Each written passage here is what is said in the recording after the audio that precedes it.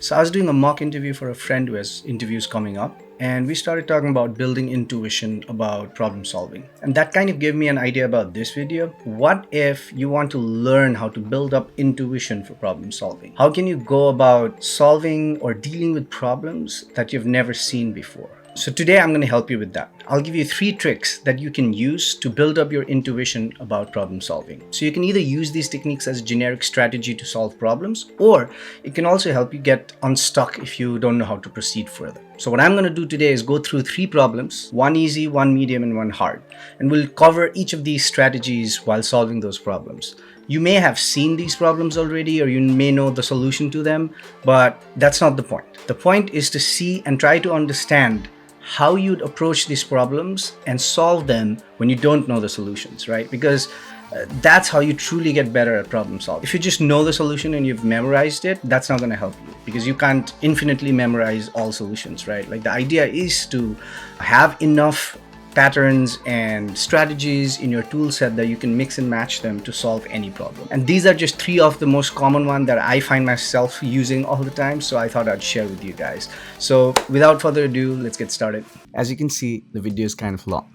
I could have just listed the strategies in a short video, but I think it's critical to show you guys how to use this strategy during an interview scenario and how you can build up a solution step by step. Practicing that is what builds up problem-solving intuition. So I highly recommend you watch the whole process unfold. If you think I talk too slow, I suggest watching at 1.5 or 2x speed. Also, I'll put links to reference materials for everything I talk about in this video today, so feel free to check them out from the description below. Alright, let's get started. So let's look at the first problem. This is basically a two-sum problem. I'm sure most of you already know how to solve this, but that's not the point. We want to see how we approach solving a problem if we are stuck. So two-sum problem: given an array of integers num and an integer target, return indices of 2 numbers such that they add up to the target, right? You may assume that each input would have exactly one solution, and you may not use the same element twice. You can return the answer in any order, okay? So if you look at this example, number 1, we have 2, 7, 11, and 15, and target is 9. And the output is 0 and 1 because 7 plus 2 equals to 9. Okay, so that's pretty straightforward. Okay, let's look at a more interesting example here. The most common thing that comes to mind is we pick a number, let's say 0, and then we compare it against all other numbers, right? So we compare 0 and 5, that's not equal. We compare 0 and 6, nope. 0 and 8, nope. 0 and 2, nope. 0 and 7. 0 can't combine with any other number to sum up 9. So we're done with 0, 5, right? So we know right at this point that for 5 we need a 4. We clearly don't have a 4, but in code we'd compare this against 6, this against 8, this against 2, this against 7, and then we're done, right? So we'd do the same thing with 6, we'd do it 8 because we don't have a 1, we wouldn't find it, and then we'd reach 2, and at that point we'd look at 2, and then we'd compare it against 7, and that's 9. So we found our solution, right? So as you can see, the outer loop here is doing n work, and then the inner loop of comparing against everything is doing another n work, right? So that ends up being a time complexity of n squared. So that's not good. Say we just don't know how to proceed from that point. How do we get ourselves unstuck? So this is where I want to teach you the first strategy, that is, use your knowledge about time complexities, the various time complexities, to kind of give you hints about where to go next, right? I'll show you what I mean. So we are at n squared. Great. So what are time complexities that are better than n squared? So the next step I can think of is n log n, right? What's better than n log n? We can go linear, we can go log n, we can go constant time. Obviously, we're not going to try every single one of them. Can we eliminate some of them as just not feasible, right? Can we be confident that we just can't do this in constant time and we need 2 numbers that sum up to a certain number? How can we even do it without looking at the list at least once, right? Like, I can't see that happening. How about log n? So what does log n remind you of? It could be a recursive problem and it could be height of the tree, but this is not really a recursive problem. We kind of know that. The other thing that comes to mind is a binary search. But then if you think about it further, this is not sorted at all. I don't even know if it works yet, but even to try to do binary search, we would need to sort this first, and that's already another n log n work, right? So then we have just 2 options that we can really try to improve. It's either n log n and n, okay? So let's look at n log n first. What does that remind you? Immediately when I think about n log n complexity, I'm thinking about sorting. Let's sort this list and then see if that works. Okay, would that help? We'd do the same thing again. We'd take 0 and then we'd compare against everything, right? Obviously we know that this is not going to work, so we'd still have to do the same amount of work, and then we'd go out. And then the second time we'd look at 2 and then we'd compare it against everything, right? Not here, not here, and then here we actually found our solution, 2 and 7, and we'd exit. So in this case it seems like we did less work, but at what cost, right? Cost of sorting is already big O of n log n. If the target was 15, then even if we sorted it, we'd still have to go through the entire list like above and do the same thing. So that would be another n squared work, right? So it's actually made it worse. It didn't help us. Okay, so we got rid of that. So it seems like the only option we have to improve is linear time. So we know that we are at n squared and we want to get to n. How can we make that happen? So what is n squared, right? So there is some loop, like we said, outer loop that's good doing linear amount of work, and then there's an inner loop that's doing linear amount of work, right? Can we eliminate one of these two? Because if we get rid of one of these two loops, then we're bingo, right? We're there. So but I can't think of any other way without comparing everything against everything. So that means if I can't do anything operationally, maybe I can use an extra data structure that can somehow replace this with constant time. If I replace this with constant time, then I've got my magic number here, right? What data structure gives us constant time in most of its operations? I don't know about you guys, but my mind is immediately clicking towards hash map, right? That seems like a reasonable place to be. Okay, so imagine yourself in an interview now, right? Like you went from a problem that you only had brute force solution, you kind of eliminated some processes, you thought through different time complexities, and you knew about various approaches that various time complexities kind of align with. You eliminated some, and then now you're at a pretty good reasonable assumption that you could potentially improve this to a linear time algorithm using a hash map that would add some extra storage but bring your time complexity down. This is a much different angle to look at the same problem. It makes it much easier, right? If you look at this problem from that perspective, what essentially we're trying to find is, if I have a 0, what do I need as a pair that forms 9? I need 9, right? Like that's 9 minus 0. So if I could store something in a hash map that I can look up in constant time and check if I have seen the complement, that's it, right? Like that's what I want to do. So I'll quickly explain that to you. Now we've got a hash map over here, right? Our hash map is empty. We don't have anything. So when we start at 0, we're wondering, have we seen a 9 somewhere in this array? Obviously, at this point, we haven't even looked at the array. So we may see a 9 in the future. So what do we do with the 0? Oh, we'll add it to the hash map, right? So in the future, if I see a 9, I know that 0 and 9 are a pair that sum up to 9, right? So we just add it. Great. So then we go to 5. For 5, we need a 4. We haven't seen a 4 yet. Maybe there will be a 4 in the future. So for now, let's just add 5 to the hash map. Cool. So then we look at 6. We're looking for a 3. Hash map doesn't. We haven't seen a 3 so far. Maybe we'll see it in the future. We'll add that. 8. We need a 1. We haven't seen it. Maybe we'll see it in the future. We add 8 to the list. Then we see 2.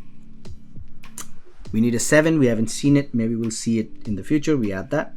And then we come to 7, we need a 2, and we realize, hey, the hash map has 2. So again, constant time lookup, we found it, we found our pair, that's 2 and 7, and there you go, that's the answer. But can you see how many times do we loop here now? We just looped it once, and we utilized the constant time operation of a hash map. So we effectively brought down the time complexity down to linear, and then the space complexity up to potentially linear. So that's a good trade-off. You're always making trade-off between space and time complexity, and this seems to be a better solution than n squared. So look at this from an interviewer's perspective, right? Like, because in a real interview, it's not about quickly writing an algorithm. It's not about solving the problem. Sure, yeah, getting the optimal answer, getting the best algorithm helps, but the interviewer is not just looking for that. They're looking for your problem-solving approach, your intuition. So in this case, you got stuck and you took an approach, you understood how time complexities work, what they relate to, you eliminated some intelligently, and you figured out that a potential option to optimize to, you figured out the hint using time complexity that it could be a hash map, and you tried it out and you solved it. And this is a great signal for an interviewer to see that your problem solving is great. So this is the first strategy. Use your knowledge about time complexities to uncover some secrets about the problem that may help you solve the problem. Let's go to the second problem and kind of take a look at our second strategy. All right, the second problem is a medium problem. You again probably already seen this. You probably know the solution. That's not the point. The point is to build intuition about problem solving. Okay. So this is called the longest palindromic substring. Given a string S, return the longest palindromic substring in S. Okay. So example 1, S equals to BABAD. And then the longest palindromic substring, if you look at the inside of that string, is ABA. ABA is a palindrome. B and D aren't equal, so we kind of shrink it and take ABA. So let's say we are in the interview, this problem is given to you and you have no idea how to do it, or you're stuck. How would we approach? So this second strategy is try to solve a simpler problem that you probably know and try to figure out maybe some insights into how to solve this. Okay. Do you know how to figure out if a string is a palindrome or not? That seems easier, right? So let's scratch this for a second and look at ABA. Can you tell me if this string is a palindrome or not? How would you do that? And most of you already probably know it, or it's a very simple thing to do. So palindrome is something that reads same forwards and backwards, right? So a good way to do it is start at the beginning and end and then compare those two, right? A and A are equal, obviously. So then we can move those pointers. The left one goes one step further, the right one goes one step backward.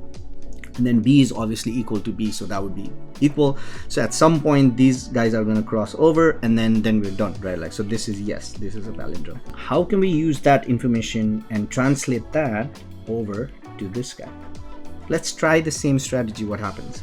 Okay, we immediately encountered a problem because B and D are not equal, but I know the answer is ABA. So what seems the logical step to do? You know what? In this case, even if they are not equal, we can still continue, until they cross over. Let's try this one. Hey, they're equal. Great. So then at this point, we seem like we're in the previous problem. We continue. At one point, it's going to cross over, and we have figured out that ABA is a palindrome. Okay. And that seems obvious in the right direction, but there may be some issues. Let me try a different example, right? Like say, what if it's ABAD? Okay, those are not equal, but like before, I'm going to move them inwards. I'm going to ignore that they're not equal. Well, these are not equal either. So then this is going to cross over, this is going to cross over, and then I'm going to say no. But there is a palindrome. We do have a palindrome. So what's the weird thing about the difference between number 1 and number 2? And why did number 3 work the same as number 1? Our original example here, like with 1, we always assume that the palindrome is centered around a pivot right in the middle. And there could be cases where it's A, B, B, A, and then we'd have to take 2 for an even or odd. We always assume that the pivot is in the center. And we kind of translated that same logic over here, and we assume that the pivot will always be in the center. But what we realize immediately is the pivot moves, right? This is not in the center. And then now, if we have kind of gotten that intuition, then we can do something like A, B, C, D, A, C, A, D, E, F, G, right? Now the pivot is here, right? This is the palindrome. And I can make this as long as I want. The palindrome is not centered around the middle, right? It could be centered around anywhere. So this is how you'd get at the intuition that, okay, I know how to solve this problem. I just need to use the same idea as solving a palindrome, but instead of pivoting in the center of the string, I need to change the pivot in a loop. Let's start at A. A is a palindrome, we know that. So our longest here to start off is going to be A. Great. So let's try to expand both ways. Well, A went out of bounds, so we're done with that one. Okay, let's start at B. Okay, longest string is B, but we don't care for that because A is already of length 1, so we'll keep it. Try to expand to A and C. That didn't work because A and C are not equal, so we're done with that one. So then we start at C. B and D are not equal, so we're done. So we start at D. C and A are not equal. A, D and C are not equal.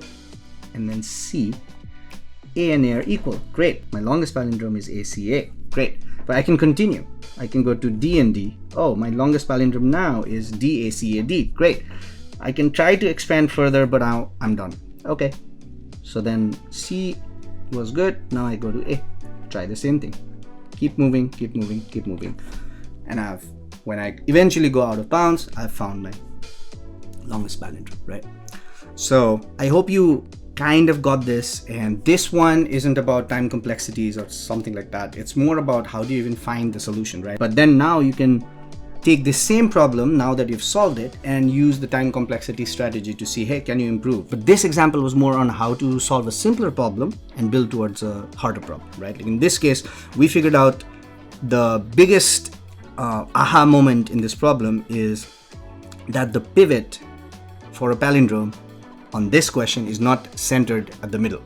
It moves around, and the moment you figure that out, writing the code is trivial, and I trust that all of you can do it. I'll flash the code in the screen nonetheless so that you can check it out, but again, writing code is trivial. Okay, so let's look at the third problem. The third problem is merge k sorted list, right? You're given an array of k linked lists. Each linked list is sorted in ascending order. Merge all the linked lists into one sorted linked list and return it. Okay, cool. So let's look at example 1 here. So it's given a bunch of lists, 1, 4, 5, 1, 3, 4, 2, 6. They've given it as an array, but they've mentioned that it's a linked list. So they have pointers to the next one. And they're all sorted, and we just need to merge it. So if you see the output, it's 1, 1, 2, 3, 4, 4, 5, 6. Okay, let's assume that this is the list of linked lists, okay? And then we need to merge it. What can we do with this? The third example that I wanted to give you is use information that has been given to you that's specific to this problem that may give you hints on how to solve this problem. So let's write it down. There are two key pieces of information here. One, it says that it's a linked list. It could have been a list, it could have been an array, but they said it's a linked list. So there's something special about it, okay? And then it says that every linked list is sorted. We need to do something special, right? Like, so that's already a hint. So to start off with. So now let's look at our strategy from the second problem that we just did and solve a simpler problem. Okay, can we solve for just these two guys? Forget the other two. How do we merge two lists? So that's pretty straightforward. We put 2 pointers, one pointer over here, one pointer over here, and then compare them. Put the smaller one over here, move that one, right? The pointer's over here now. Compare them, put the smaller one, move the pointer over here. Compare the two again, 4 and 3, 3, so we move that pointer over here. 4 and 4, we move one of the 4, that's there. And then we do 4 and 5, we do 4 and then 5, and then eventually it goes out of bounds, so we're good, right? That seems pretty straightforward. Can we use that information to build up? All we need to do is do the same thing with this list, right? 3, and you can see how that goes, right? And then you've got the new list, then you can compare these two and do the same thing. So this already is a valid solution, but you can see that this is slightly expensive. Even though we are utilizing the fact that each of those lists are sorted, we are doing a lot of work. So how much work are we really doing here? Let's forget about space complexity right now, just time complexity. We need to look through each list, so that's n. We have to look through, and then we're merging those lists k times, right? They said that this is k, so we're doing n times k work. Okay, so that's great. Can we do better? That's the next question, right? So now we can use the strategy from the first problem to see, can we improve this, right? I don't see a way to improve n, because I have to kind of go through all of them to actually merge them, right? Like I have to go through them. There's no way. So n I can't get rid of. Can I improve k? The next better step is log, right? You could do a binary search maybe vertically like this, but I don't see that helping. Why would I search? I need to merge them. Or maybe again, we're in the same intuition where can I use a data structure that gives me log time complexity, right? Like a heap. Heap has log operations for heapifying, adding, inserting, right? So how can a heap help? What property heap has is it will not sort, but it will always keep the smallest or largest, depending on what kind of heap you use, on the top. And then once you pop that out, it will kind of rearrange that to put the next smallest element on the top, right? So that's interesting, because if we can use a heap what we can do is we can simply add all of these to the heap, right? So heap is like it's a binary heap essentially. So it's like a tree that makes sure that the root is always the smallest element, right? And that's called a min heap. So if you use a min heap, and if I add all of them, I can pretty much guarantee that the first item will be 1. It doesn't matter if this is that one or that one, it will be one of the ones, right? Because they're the same. And then the second item somewhere, I mean, it doesn't have to be the second, it'll be like 1 here, another one. And then it'll be 2. And then somewhere down the line will be 3. There's a heap property. I'm not going to go into detail about that, but it'll be something like that. So when I remove the first item, I know that I'm going to get the smallest item. So intuitively, if you think about, if I add everything to the heap, and then until the heap is empty, if I start removing everything, I should get my answer, right? Like, so if I pop the 1, I got 1, and that's gone. So then the heap by default will automatically put the next one on the top, next smallest, right? So I can put that one. That's popped. So the next smallest one will be on the top. That's going to be 2. Next smallest one on the top. That's going to be 3, so on and so forth. Eventually the heap is going to be empty and we've got our final merged list. Okay, that's an interesting approach, and that's actually a valid solution, you know. So now, because each operation in a heap is log, we're doing n log. So if you notice here, we add everything to the heap and then create another list to kind of solve it, right? So our space complexity now took a hit, right? Space complexity ended up being n times k because we store everything on there, right? So now, can we use the same approach again for space complexity? Can we change that? Can we take nk and maybe make it like a smaller variation, or maybe drop one of them, maybe n, maybe k? Can we do one of them? So what was the property that we were told about this problem? But we didn't really take advantage of the fact that it's sorted, that it's a linked list, right? So think about it. What does a linked list have? It always has a pointer to the next one, right? Like, so do we really need to add the entire list?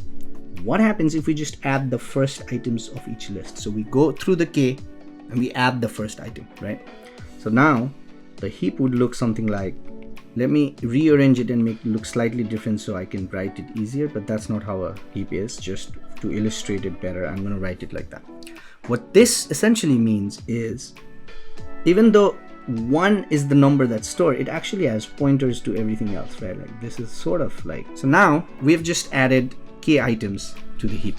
So now all we need to do is we pop the first one. If this dot next, so 1 dot next is 4, if that's still there, then we push it back to the heap again. So what that would do is we added 1 and then we need to push 4 back. So in that case, 4 would go somewhere down here and it would be like this, right?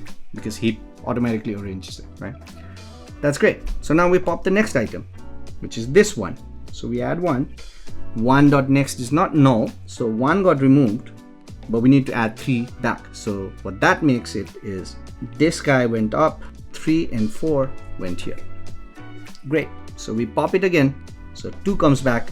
2 dot next is still a valid number, so 6 goes somewhere here, so in the end, right? So then we pop 3 still has next, so it will be 4, so that 4 will probably be somewhere here. Then we pop the next 3. Now we've got 8 and 9 over here, so that's gonna go over to the end. So the next one's gonna be either of the 4s. Say it's this second 4, we pop that, but 4 dot next is null, so we're not going to add it back. There's nothing to add, so that's done. So then we pop it again. 4 is on the top, so we got 4, but then 5 gets added back, so the next one is 5.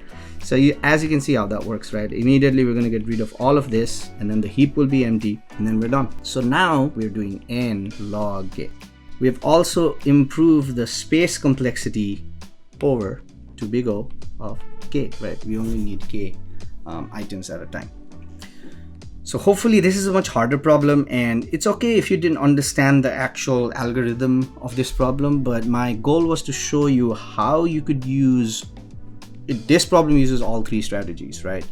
As a side note, you could use a merging implementation of a merge sort to do this even with lesser space complexity. Okay, I mean, you use some recursion space, but essentially could be constant space. But my goal was to show you how you can approach. And if you did all this step in a 45-minute interview, even if you may not have solved the problem or you couldn't finish writing the code, this gives so much more signals than just blurting out code. And I'd rather talk to a person who's literally solved it in front of me and struggled than someone who just wrote code, because I can't really tell whether they knew the problem before or they're actually good at it. But I hope you got 3 strategies today. Number 1, use time complexities and the knowledge you have about time complexities to your advantage. Make educated guesses and kind of remove the ones that you know you just can't reach, and then attack the others. The second one is solve a simpler problem that you can, and then try to build up to a harder problem and see how they differ and what changes in the new question that you need to alter. And then the third one is take advantage of the information that a problem statement gives you, like it's sorted, it's a linked list. That is a critical clue on what you need to do, and use all 3 of them to solve harder problems like the last one. Of course, there are many more strategies that you can use, but these 3 are the most common one, and I wanted to share that. Hope you learned something. Hope you enjoyed. I'll see you next time. Cheers.